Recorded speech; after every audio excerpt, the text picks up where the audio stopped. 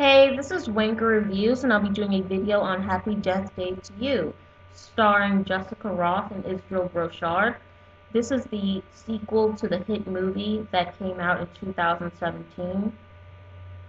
And once again, Flower, aka Tree, finds herself waking up on the same day over and over again, once again, and then she finds out that her boyfriend's best friend is responsible for her waking up on the same day and tries to find a way to stop it. Now, I kind of liked the first one. It was a pleasant surprise, but I have to say I think I like the sequel a little bit better. The lead actress looks like she's still suffering from the after effects of the last movie. She still looks like her makeup is smeared, she has bags under her eyes, her clothes look wrinkled. Like, she still looks like she just climbed right out of the last movie. Now, I'm happy to say that I'm just based off the trailers, I thought this movie would basically be exactly like the first movie, except the Asian guy would have been the main focus. Thankfully, that wasn't the case. The lead actress, Jessica Rothe, is still the main focus of this movie. The plot still centers around her. I really liked the fact that this one was less predictable. A lot, it does the exact same things as the first one, but it does it in a different way, in a more clever way, without getting into any spoilers. This is also more comedic than the first.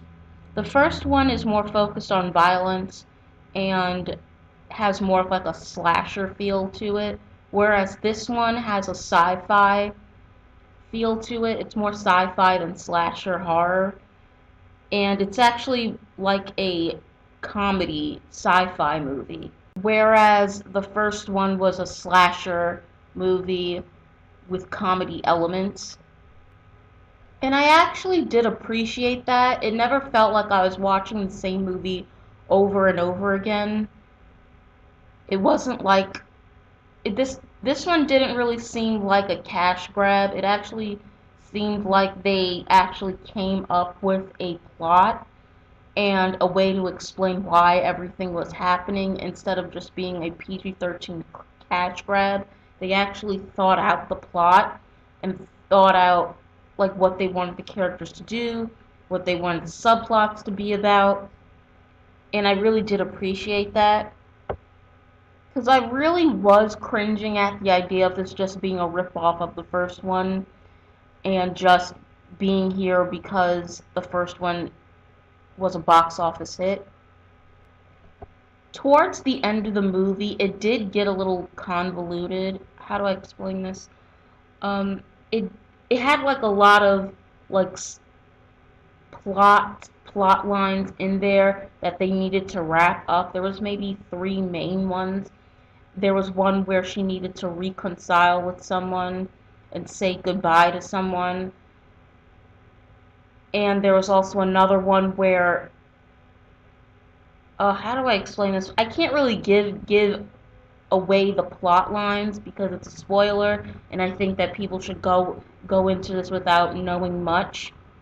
But there's just a lot going on at the end to the point where it looks like a scene from Reservoir Dogs, and it did get a little convoluted, but I still enjoyed it, and it did wrap up the storylines very nicely.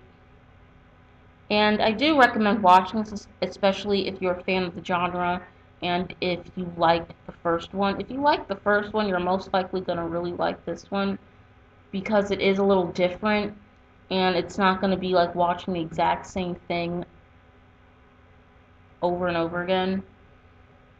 So yeah, I give this a 6 out of 10.